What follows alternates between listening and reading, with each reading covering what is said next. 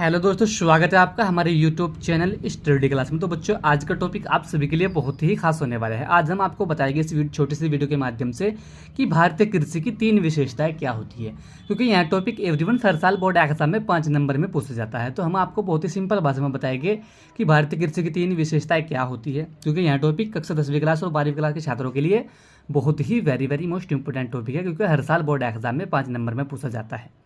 तो वीडियो को बिल्कुल भी स्किप मत करना है। वीडियो आज की आप सभी के लिए बहुत ही खास होने वाली है।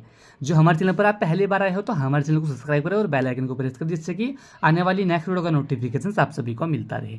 तो देखिए एवरीवन, सबसे पहले आपको हेडिंग डालनी है। भारतीय कृषि की 3 विशेषताओं में सबसे पहले हेडिंग डालनी है आपको मानसून पर निर्भरता, यानी कि जो मानसून होता है इस पर निर्भरता। इसके बाद इसमें लिखना है भारत में कृषि मानसूनी वर्षा पर निर्भर है। यही कारण है कि वर्षा की अनियमितता एवं अनिश्चितता भारतीय कृषि अर्थव्यवस्था को सर्वाधिक प्रभावित रखती है। जिस वर्ष मानसूनी वर्षा नियमित होती है, कृषि उत्पादन भी यथेष्ट मात्रा में प्राप्त होता है। वर्षा ना होने पर उत्पादन घट जाता है। तो बच्चों, आज का पहला टॉपिक यही है, यानी कि मानसूनी वर्षा। भारत की जो मानसूनी कृषि होती है इसका पहला विशेषता यही है कि मानसून पर निर्भरता है, यानी कि भारतीय जो कृषि होती है यह मानसूनी वर्षा पर ही निर्भर रहती है। और यही कारण है कि वर्षा की अनियमितता, यानी कि जब अधिक वर्षा होती है, अनिश्चितता होती है, वर्षा बहुत अधिक मात्रा में होती है, बहुत नियमित मात्रा में, बहुत यानी कि अनियमित मात्रा और अनिश्चित मात्रा में जो वर्षा होती है, तो भारतीय कृषि की अर्थव्यवस्था को सर्वाधिक प्रभावित रखती है। यानी कि भारत की कृषि अच्छे तरीके से होती है, अच्छी पैदावार होती है उसमें। और जिस वर्ष मानसूनी वर्षा नियमित होती है, यानी कि जिस साल वर्षा कम होती है, तो उस साल कृषि उत्पादन भी यथेष्ट मात्रा में प्राप्त होने का बहुत कम मात्रा में प्राप्त होता है।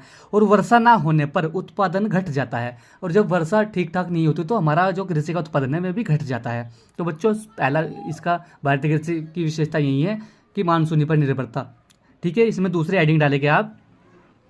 दूसरी हेडिंग में देखिए, दूसरी हेडिंग डालेंगे कृषि की निम्न उत्पादकता। यह इसकी दूसरी हेडिंग। इस प्रकार से इसमें लिखना है भारत में कृषि उपजाऊ का प्रति हेक्टेयर उत्पादन अन्य देशों से अपेक्षाकृत कम है। प्रति श्रमिक की दृष्टि से भारत में कृषि श्रमिक की यानी कि औसत वार्षिक उत्पादकता केवल $105 है।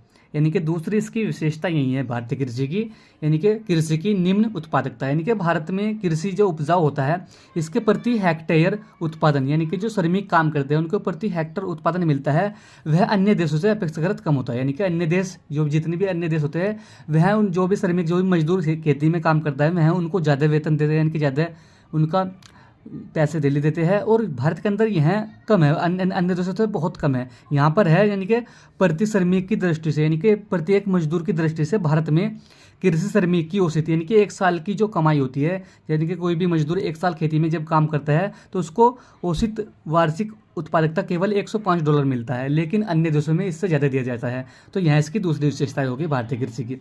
इस प्रकार से आपको लिखना है। इसमें तीसरी विशेषता देखेंगे, इसकी तीसरी विशेषता देखेंगे। तीसरी विशेषता में आपको हेडिंग डालनी है खगान फसलों की प्रमुखता। यह भी इसकी बहुत ही वेरी मोस्ट इंपोर्टेंट विशेषता है। खगान फसलों में आपको किस प्रकार से लिखना है, देखेंगे।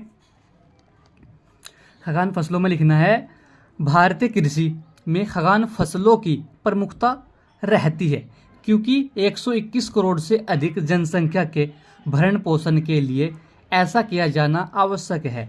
तीव्र गति से बढ़ती जनसंख्या की खाद्यान्न आवश्यकताओं को पूरा करने के लिए कुल कृषि भूमि के लगभग 65.8%, यानी कि 8% भाग पर खगान तथा शेष भाग में व्यापारिक एवं अन्य फसलें का उत्पादन किया जाता है। तो एवरीवन्स, इसकी तीसरी विशेषता में ये है कि जो भारतीय जो कृषि होती है, भारतीय कृषि खगान फसलों की प्रमुखता रहती है।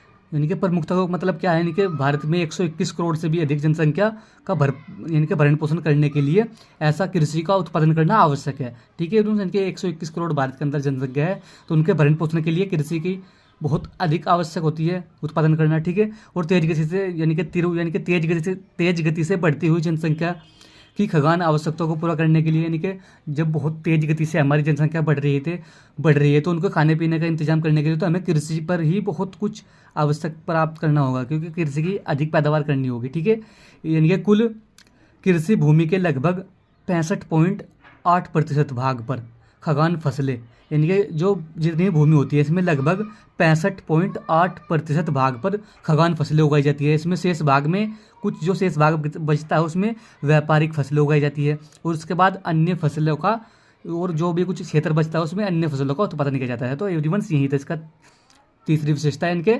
खगानों, यानी कि खगान फसलों की प्रमुखता। तो एवरीवंस हमने आपको यह बहुत सिंपल भाषा में समझाई भारतीय कृषि की विशेषता, यानी कि भारतीय कृषि की 3 विशेषता, क्योंकि यह टॉपिक हर साल 5 नंबर्स में पूछा जाता है बोर्ड एग्जाम में। तो हमने आपको बहुत ही सिंपल भाषा में बताया, जो आप इस तरीके से भी बोर्ड एग्जाम में लिखे तो आपके 5 नंबर पक्का हो जाएगा। तो एवरीवंस आज की वीडियो में कैसा लगा यह वीडियो, ऐसी वीडियो के लिए हमारे पेज को फॉलो जरूर करें।